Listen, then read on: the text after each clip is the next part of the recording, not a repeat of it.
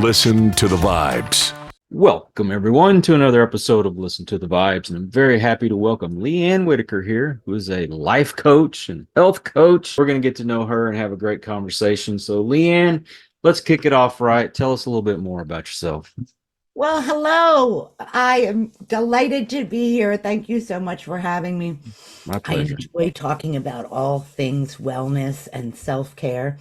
And indeed, I am both certified health and life coach. And even though there are so many of us out there now, Kyle, I still get asked this question. What do you do? What does that person do? And how are you different from a therapist or a psychotherapist? So what I tell people is a health and life coach starts from where you are presently and moves you forward. That's our goal, is to take, let's just take me, for instance. Someone comes to me and says, boy, I'm in a pickle, or boy, I'm struggling, or I feel stuck. I really, I just need to get out of my rut. Or they say, I have specific goals, whether it is in terms of their marriage or their job or their physique, how they're, any of this. So I do an intake form and ask some questions about where they are, where they might like to be in, let's say, 30 days or 90 days. And what would that feel like for them? And the biggest question I have in that intake form is, what's the why? Whenever we want to reach somewhere or attain a goal, the biggest thing that's going to get us there is being very in touch with the why you want it, why you want to get there. And if you can stay in touch with your why, that's going to keep those dots very closely together to get you on your path to that goal. I love watching people and helping people take that journey and help them. And so I give them action steps. They'll come in, they'll tell me with their intake form and where they are. And so I create a strategy for them and goals. And like I say, put those dots very close together, called action steps. And they work those action steps with me. And then we realize their goals. So I was saying that I think it's important to have the study in both the health and life coaching, because they really intersect those two topics. It's difficult to sort something out with, let's say a partner or maybe your job, and you find out maybe in the middle of it, wait a minute, I may be diabetic, or I may have, some kind of anxiety or depression working at me that maybe with some lifestyle shifts or changes or the adjunctive medication, if necessary, may really help kind of level me out so that I can reach those goals. So it's so important to look at all of that, together, the nutrition and what's going on with you physically in the body, so that you can, reach where you want to reach. So that's, so what I wanted to say in specifically, what is different from a health and life coach is that I take you from your present forward, whereas a therapist or a psychologist, they start in your past chapters. And now I do have to touch a little bit on the past that made you arrive to your future, but generally I'm not delving backwards. And a life coach isn't really that kind of listening. We're working on how can we break through, how can we strategize, how can we get you to where you're going, present forward, whereas a therapist tends to start from your past chapters and then lead you to how you arrived now, and then move you forward, if that makes sense. Oh, yes. Well, if you followed me, watched my videos, I've had a lot of life coaches on. And the reason why I like to bring so many different people on is because not everyone clicks with that first person. It's You so know, true. You have to it do a little shopping, Kyle. right, right. Yes. So, what would you say would set you apart from other life coaches? Is it because you do the health on top of life coaching, or is That's there other one thing. things? That's one thing that I'm certified in both the health and life. Um, the other thing is, and this isn't all of them, but and not by any means is it all of them. Um, I don't have like a sales approach that I often hear. Let's get you to the 90-day cleanse, and we're going to achieve this weight goal, or that's not who I am. I have something that I created using the palm of your hand. And so there's another in-depth one, but I say it's a sort of a health vitality wheel. So how are you emotionally?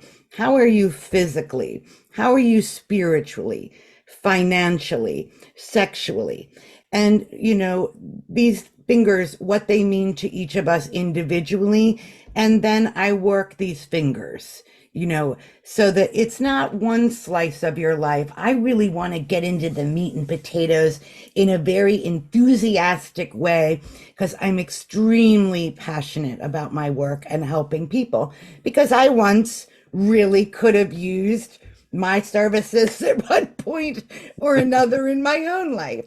And so it's really about let's lift each other forward and exchange ideas. And oh boy, Kyle, I even take out the pom-poms when they reach their goal. And oh, you did all of your action steps, and out come the pom-poms. So I don't know whether how much that sets me apart, but I really like to talk about these areas emotionally, physically, spiritually, financially, sexually. And the idea being that the result is often in the palm of your own hand. So that's the basis of how I move.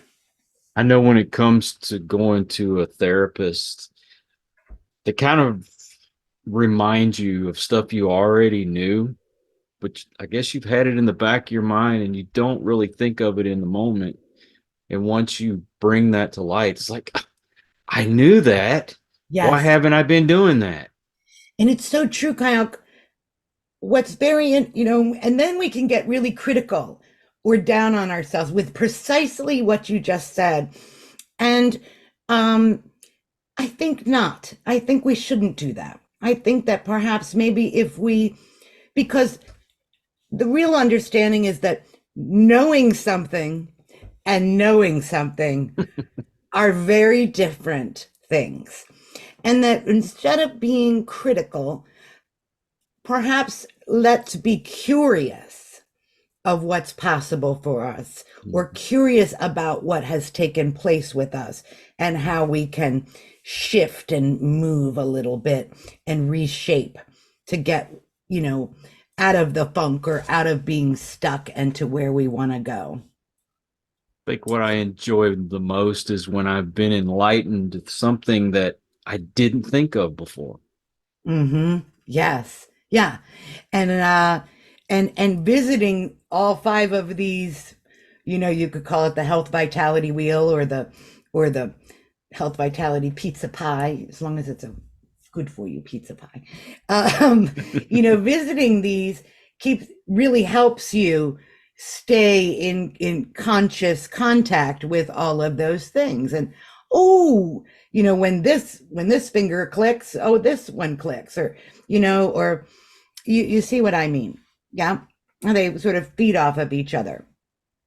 When I was in school, the teachers that I learned the most from were the ones that weren't that traditional, just get up and write something on the board, memorize this, put it on a test. It was the ones that were exciting and did something out of the ordinary. Yes. Maybe they Yes. dressed up or just Yes. they did fun, crazy things. And Right. some people might think it being ridiculous, but to me, it makes it more interesting. Well, and that's the thing. you bring up such great things. And that's why I love your podcast, because you are so diverse with your topics. I mean, it is just a little bit of everything. And that's real life. So oh, thank goodness we've got somebody that's really onto it. So I know that's a sidestep, but I really wanted to thank you for such a diverse, multifaceted podcasts. These are the topics that you tread. You're all over the place, which speaks to what you're saying about the way you learn.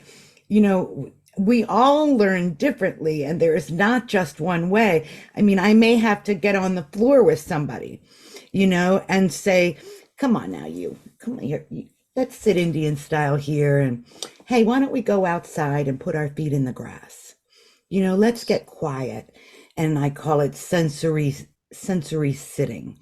And so that we're so in our own head and what's going on in life and the troubles, that let's get quiet and do some sensory sitting.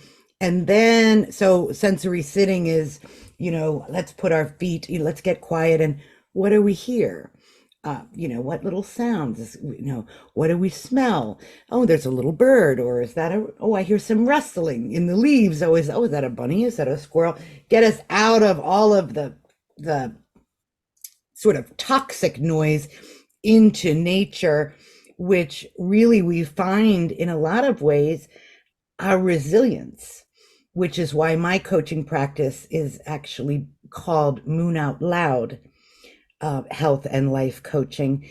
And that Moon Out Loud comes from a poem that I wrote in my teens, all about the resilience found when a full moon might light up the landscape, and nature shows us, how resilient we can be. So that's one way. So I might get on the floor with somebody and let's do some yoga to get you kind of in a place where you can talk about something difficult, or what kind of music. I'm a career musician before I got into health and life coaching. So performing, I would sing and perform to heal. I used to say to heal self and others, get into some poem or some performance, that really spoke and maybe assisted another in some way. So I might, someone that's going, I'm really scared to go see and talk to somebody, I might speak to them, tell me about your favorite music. Let's talk through that. So I find a little vehicle, something that they do feel safe and comfortable with, and create that space. And we get to giggling too. Yeah, so I love my field. When you find something that someone's passionate about and you get them to talk about it, they Yeah. light up. They do light up. They sparkle. Yes. So for me, it's really finding, it's not what I do, it's finding what they do. Mm-hmm. And then I can assist through what they do, I know when I went through counseling, because I was a drug addict, and plus I'd gone to therapists for anxiety, depression. Good for you. So brave. Very good. The ones that resonated the most with me were the ones that had gone through the same things that I did. Yes. Now, Yes. has there been things that you'd be willing to talk about that have gone in your life that people could relate to? Absolutely. I am 54. I was raised on a horse farm. My father was an attorney. We grew up riding and, in horse shows, we English equitation. And then my father thought that he would get into racing and breeding thoroughbreds. And he came from psychologically frail parents. And this is what happens, right? If our foremothers or forefathers, right, don't heal, they will sadly pass it down. So that was an age where no one did therapy, like let's say his parents. You were sent off to the you know, ooh, stigma, and where did they go? And they just disappeared, right? Yeah. But which created a really frail and complicated psyche in my father, which caused him to be very violent, very angry, controlling, narcissistic. Um, and I had a mother who was very genteel and mild mannered and with humor and Irish wit, like one of your shows recently. Great show. And she was a non-confrontational person. So someone that is that large of a personality in my father and anger, she became the, we need to calm it. We need to soothe it. We need to, she didn't want to get into that kind of thing, that kind of dynamic. So it was a tough skate for me, a lot of work to do on a farm. And ultimately, my father, as an attorney, he was making a decent living, but he mismanaged his funds. I was very aware of the financial struggle in my house, and it wasn't because he wasn't making money, it was because he was mismanaging the funds. And so it led to so the parents, very clearly aware from a young age that the parents were not on the same page, the youngest of 4 siblings. So that was a big challenge. And in that time, I just knew psychology, sociology, let me learn, what's going on. Asked to be in therapy at 13. And like you said, do a little shopping to figure out who was going to be the right fit for you. It takes patience, but it is worth it. And I really encourage people to do that work, Yes. and it's okay to say to that therapist what you need. Ask for what you need, or if not you, who is a great question, to ask any professional.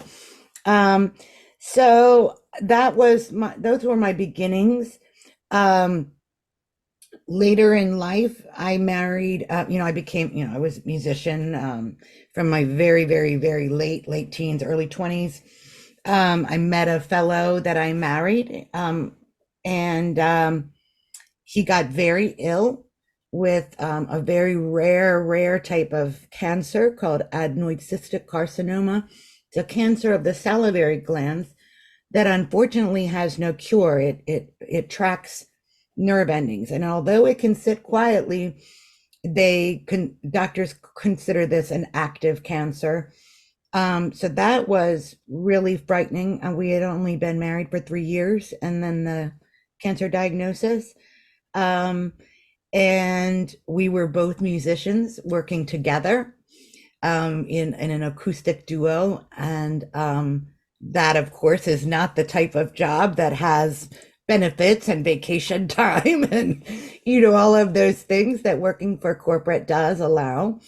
So there's a trade-off in doing what you love, and in the humanities field and working for a company. So that was quite challenging, and learning to partner with uncertainty and figure out what can be done.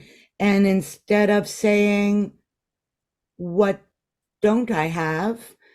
It's what can I have? What instead of I can't, a real quick shift to what can I do?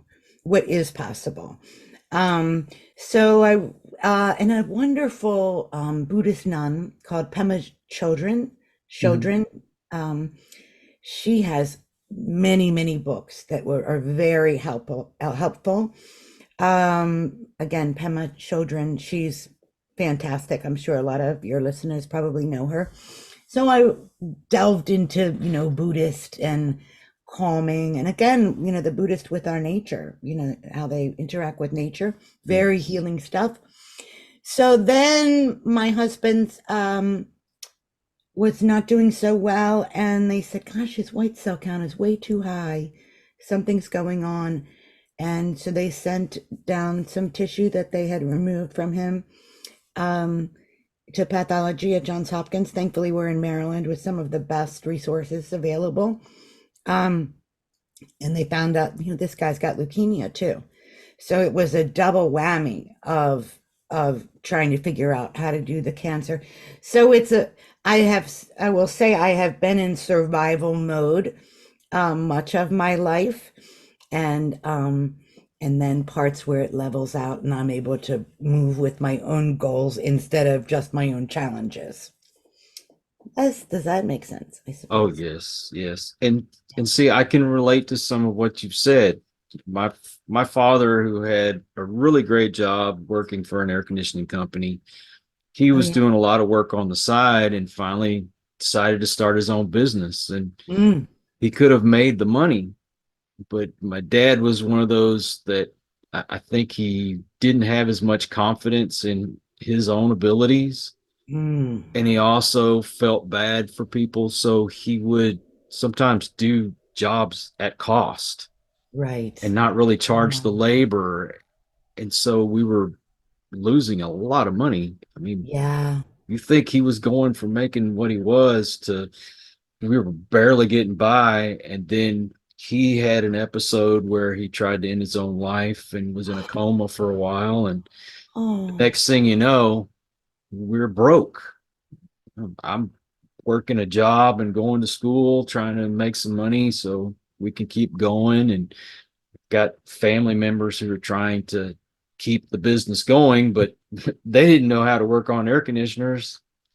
And the guy oh, that was his yeah. helper, he knew some, but he didn't know what my Mhm. dad knew.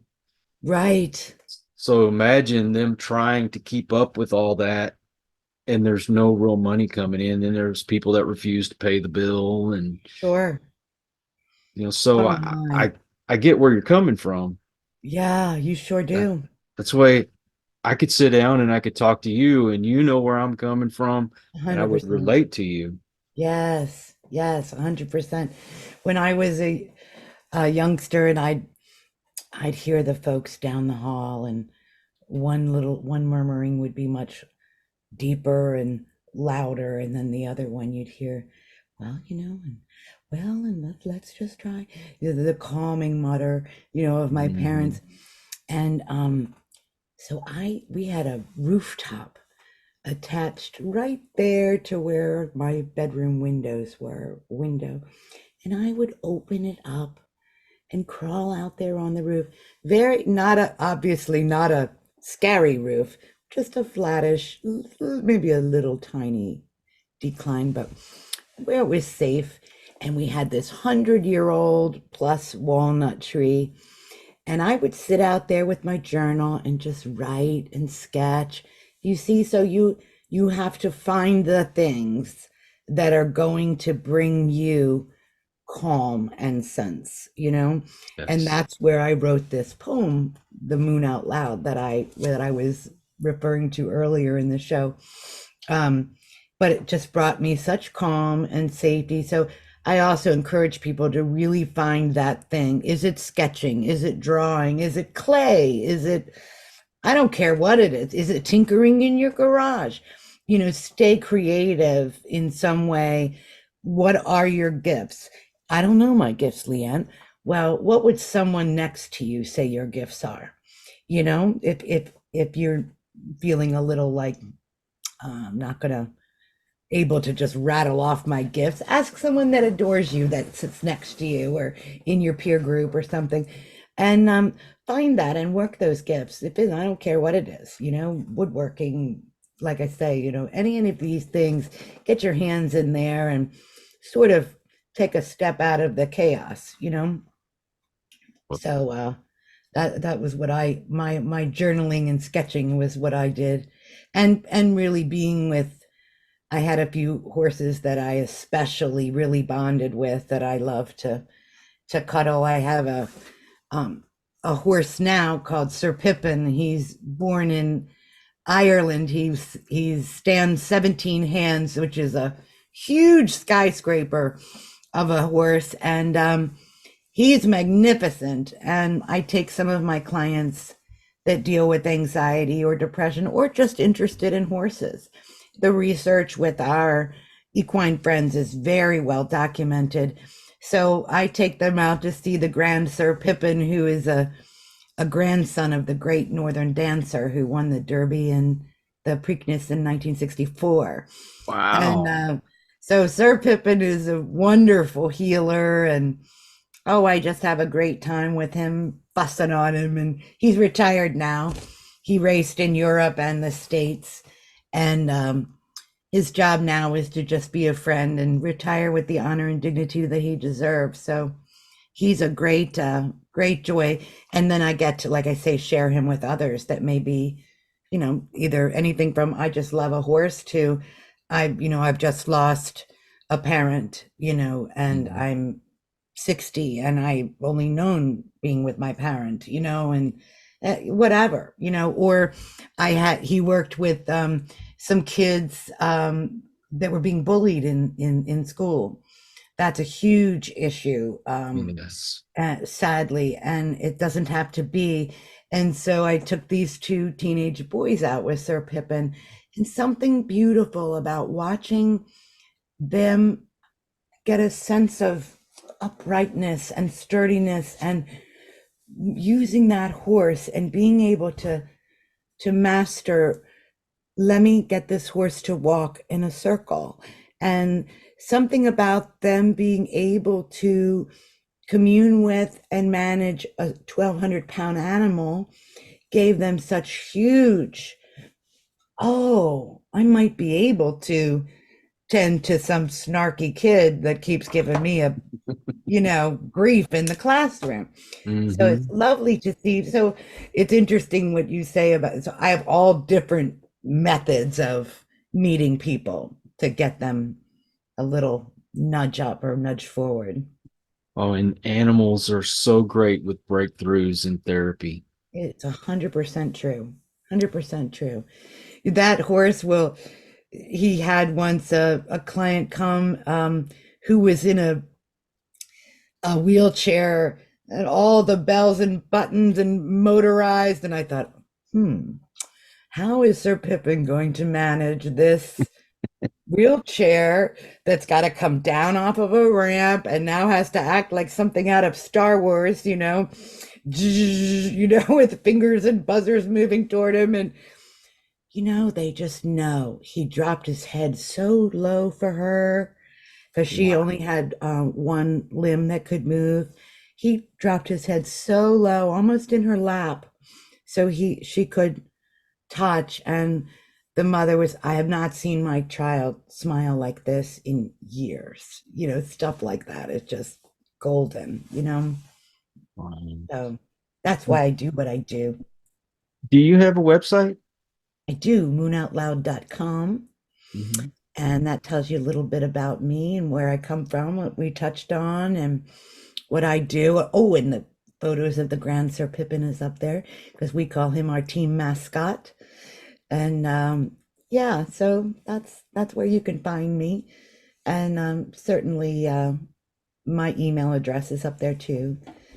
So and I do Zoom and Skype lessons, and so I see people all over the place. You can see me if you want to see me, or chat with me if you want to chat with me. And what is your social media? Oh, I have a Moon Out Loud page. It's Hmm. not that active. Mostly people reach me through my website and send me a little form message. I do have a personal page up there on social media. Geez, you can Google me and you can find out all about me too. Well, I am going to add all those links into the description so people can find you easy. Wonderful. And I'm going to do the same for you because, like I said, people are starved for good topics. There's so much negativity in the world. Yes. And thank you so much, Kyle, Oh, for thank you. using your life and experience and bringing people brain food. I call it holistic fuel. You're bringing people some really great stuff. Thank you so much.